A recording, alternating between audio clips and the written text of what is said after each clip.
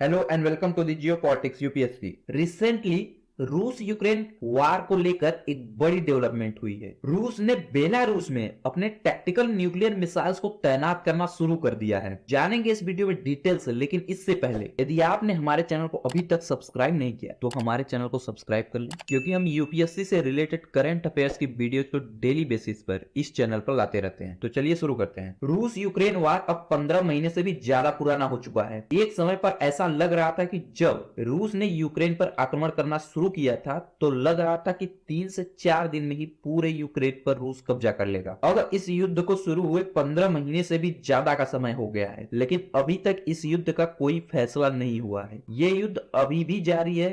कौन जीत रहा है, कौन हार रहा है, कुछ पता नहीं है। हालांकि रूस ने यूक्रेन के कई शहरों पर कब्जा कर लिया है, लेकिन किस कीमत पर? कितने रूसी और कितने यूक्रेनियन सैनिकों की जान गई है, दोनों देशों को अब तक कितना नुकसान हुआ है, कुछ पता नहीं है। फिलहाल इसका कोई आंकड़ा मौजूद नहीं है। और इन सब के बीच रूस कई बार न्यूक्लियर वार की धमकी दे चुका है। और अब इसी से रिलेटेड एक खबर आ रही है कि रूस अपने टैक्टिकल न्यूक्लियर वेपन्स को अपने पड़ोसी देश बेलारूस में डिप्लॉय करने जा रहा है। और यहाँ पर आपको बता दूं कि टैक्टिकल न्यूक्लियर वेपन्स वही होते हैं, हाँ, जो हमारे पड़ोसी देश के पास पौ किलो के हैं, वही जिससे वे भारत पर हमला करने की धमकी देते रहते हैं। टैक्टिकल न्यूक्लियर वेपन्स एक नॉन स्ट्रेटेजिक वेपन होते हैं जो शॉर्ट रेंज में इस्तेमाल किए जाते हैं। जैसे इनका इस्तेमाल ग्रेविटी बॉम्ब के रूप में, शॉर्ट रेंज मिसाइल्स के रूप में, आर्टिलरी सेल्स के रूप में, लैंड माइंस के रूप में इनका इस्तेमाल किया जाता है। ये वेपन्स विनाशकारी होते हैं, पर ये उस लेवल का डैमेज नहीं करते हैं जिस लेवल का एक स्ट्रेटेजिक न्यूक्लियर वेपन करता है। और इस टैक्टिकल न्यूक्लियर वेपन के वार में इस्तेमाल से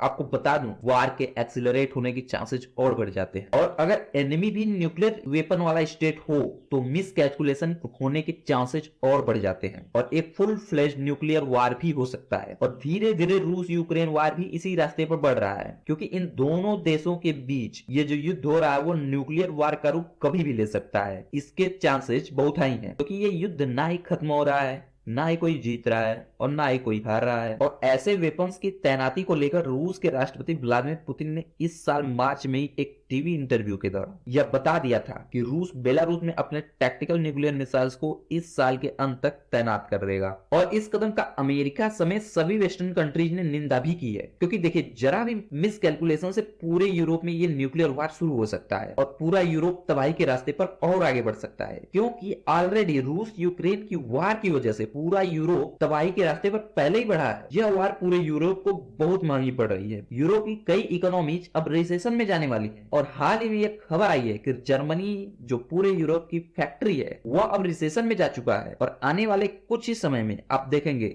कि यूरोप की कई इकोनॉमीज रिसेशन में जा सकती है। तो यूरोप का फॉल होना शुरू हो चुका है। इस युद्ध का असर यूरोप की इकोनॉमीज पर दिखना शुरू हो गया है और ऊपर से रूस का ये घातक कदम यूरोप में और तबाही ला सकता है। बेसिकली अमेरिका अपने स्वार्थ के लिए एक तरीके से पूरे यूरोप को मंदी की तरफ धकेल रहा है। क्योंकि देखिए, रूस यूक्रेन वार से पहले लगभग पूरा यूरोप, स्पेशली जर्मनी, रूस पर अपने एनर्जी सप्लाई के लिए डिपेंडेंट रहता था। और जब से ये बात शुरू हुआ है तब से पूरा यूरोप अमेरिका के दबाव में रूस से ऑयल और नेचुरल गैस खरीदना बंद कर दिया है। इस फैसले से रूस को एक बहुत बड़ा झटका बिल्कुल लगा है। लॉन्ग टर्म में रूस की इकोनॉमी को इससे और लॉस होगा, लेकिन यूरोपीय देशों को भी इससे बहुत बड़ा झटका लगा है। इन सभी देशों ने अचानक से एक कंट्री को अपने ट्रेड जोन से बाहर कर दिया है, तो इन देशों को अपने देश की इकोनॉमी को भी अचानक से एक बहुत बड़ा झटका दिया है। इसी का परिणाम है कि यूरोप में आर्थिक मंदी की आने की चांसेस बहुत ज्यादा आई है। और जो जर्मनी में हो रहा है वह कई अन्य यूरोपियन देशों के साथ भी होगा। आर्थिक मंदी यूरोप के कई देशों को अपने चपेट में ले लेगा। इससे ग्लोबल इकोनॉमी पर भी बहुत बुरा प्रभाव पड़ेगा। और इस रूस यूक्रेन वार में रसिया का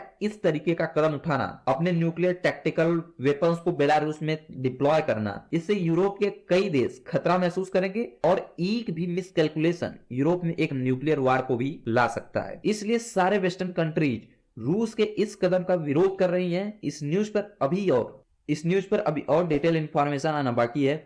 बाद में मैं इस पर एक डिटेल वीडियो लेकर आऊंगा। इस वीडियो में इतना ही, लेकिन जाने से पहले आप हमारे चैनल को सब्सक्राइब अवश्य कीजिएगा। मिलेंगे एक नए वीडियो में, तब तक के लिए नमस्कार।